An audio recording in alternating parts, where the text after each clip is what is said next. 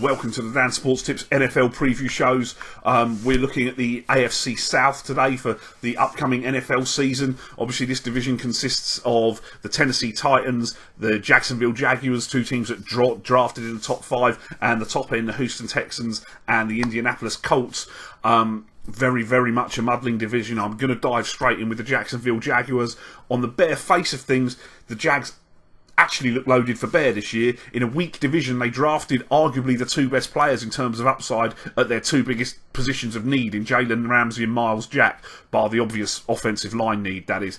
They added Prince Amukamara from the New York Giants at cornerback, Tayshaun Gibson to play safety, adding to last year's free agent signing cornerback Dwan House, making the back end of the defense actually one of the better looking units in the league. They essentially had two talented draft picks this year in forgotten man Dante Fowler, who they took in the top 5 last year and then got injured and was lost before a ball was snapped. Miles Jack, and obviously the marquee signing Malik Jackson from the Super Bowl champion Denver Broncos, who was the most disruptive force available on defensive line in free agency and cashed in on some big playoff performances with this contract. They've a rather uninspiring running back tandem, TJ Yeldon, Chris Ivory, but an excellent wideout pair of Alan Hearns and Allen Robinson, with, if healthy, tight ends Mercedes Lewis and Julius Thomas, but they do both have some health issues. The question that needs to be answered with the Jacksonville Jaguars is this. Is Blake Bortles, who led the NFL in interceptions last year and padded his stats nicely against soft coverage playing catch-up in games, actually a good quarterback? And is Gus Bradley a good head coach?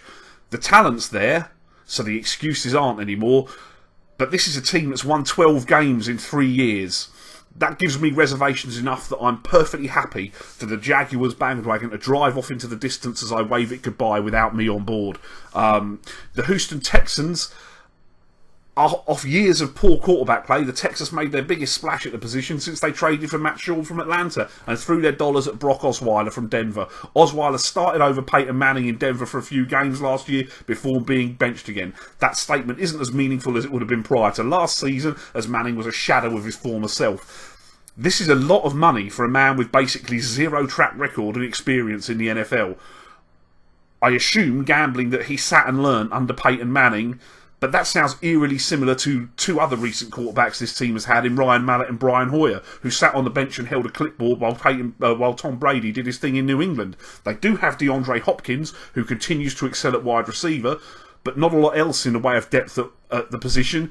They spent some money bringing in Lamar Miller from Miami to replace the departed Arian Foster, who curiously replaces Miller in Miami. Miller has never been trusted with a full workload before. He has some really interesting peripherals when you trust just plain old yards per carry or DVOA from Football Outsiders. He's a very interesting player this year if he can sustain those levels over a full season's work as a primary back, which is how the Houston Texans do prefer to operate, riding one wide workhorse running back. On defence, the best piece of news is that JJ Watt is healthy and not going to miss time after off-season surgery. The unit is old but strong at starter with a solid pass rush and excellent corners. It does lack depth, which hasn't been addressed with the money and draft pieces spent offensively this off-season.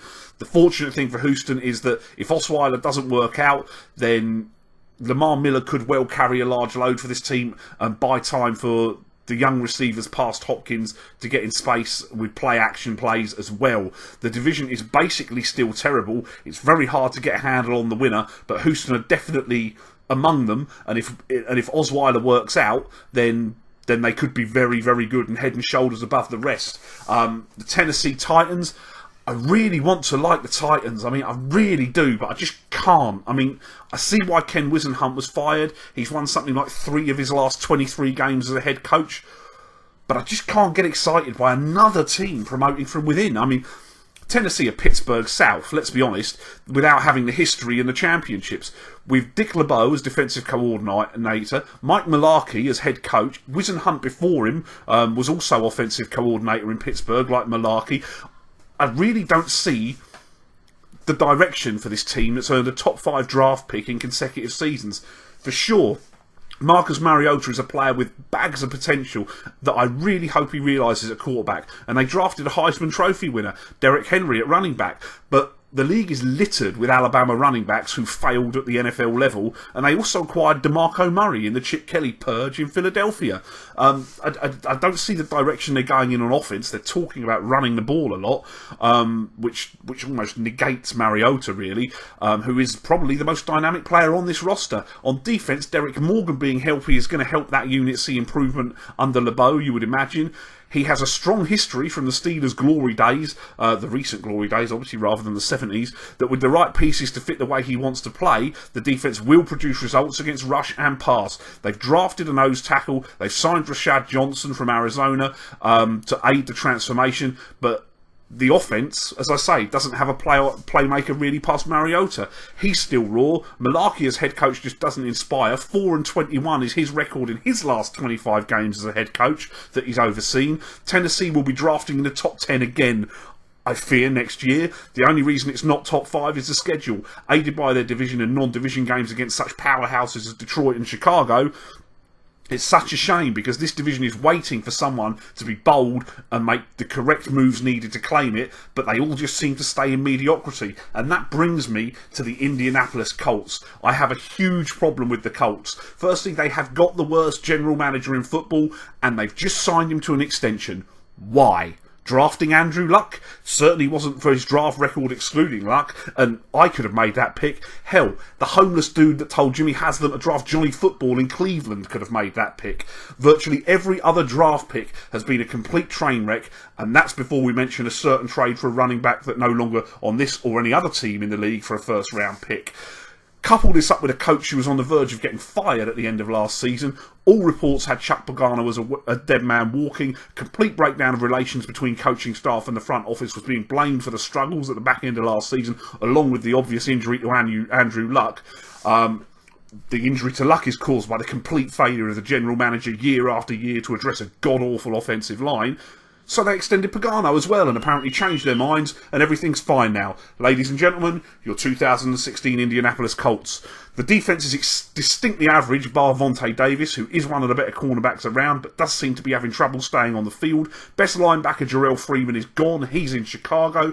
The offensive line will still be bad. Frank Gore returns for a solid, if unspectacular, run game. There is really very little confidence in the moves Grigson as GM makes, that he can actually improve it beyond an average defence and a wing and a prayer on the arm of Andrew Luck. Well, Luck is back. He needs to stay healthy. He needs to play much better than he did last year when he was on the field, because he wasn't very good at all, and prove that what the press clippings say he is and what we thought he was for a start is what he is. This team needs him to be if they're going to be even remotely relevant this year in a division that is this bad. Anything could happen, but it is hard for me to trust an organisation that is about as dysfunctional as it gets, and in the NFL that is saying something. This organisation has massive issues, and they certainly need to get rid of Grigson before I think that they can legitimately contend for a sustained period.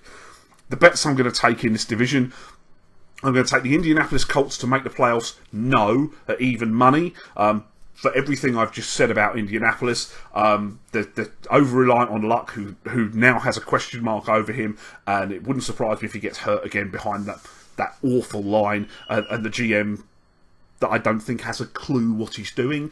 The Jacksonville Jaguars, I'm going to take them to win under 7.5 games. They're another one of the off-season darlings, but winning is a habit, so is losing, and this team just doesn't win games. I'd like to be wrong. I'd like someone to come up and claim this division, but it just doesn't. I don't feel Jacksonville this year. The 7.5, I think 7 and 9 is probably the top end of what they're going to get. So 7.5, the under looks a solid play. For the Houston Texans, I'm going to take Lamar Miller to be the top Houston Texans touchdown scorer this year. So I think 6-4 is a solid price. I think they will use him. I'm not sure about Osweiler. DeAndre Hopkins is obviously there as well, but I think it's a coin flip between the two, and obviously you're getting odds against. And the Tennessee Titans, I'm going to play under 325.5 total points scored this season for them. If you listen to Malarkey talk, he talks about running the ball a lot, reducing the number of possessions in the game, eating the play clock and just winning time of possession. That would lead me towards Tennessee not scoring a lot of points, and they failed to break 300 points last year, so I think 325.5 looks a little bit high. That's what I've got on the AFC South for this year. Let me know what you think is going to happen in the AFC South in the comments. Please like my video. Don't forget to subscribe to my channel. I'll be here every week with content throughout the NFL season. Follow me on Twitter at dansportstips, and I'll see you later on.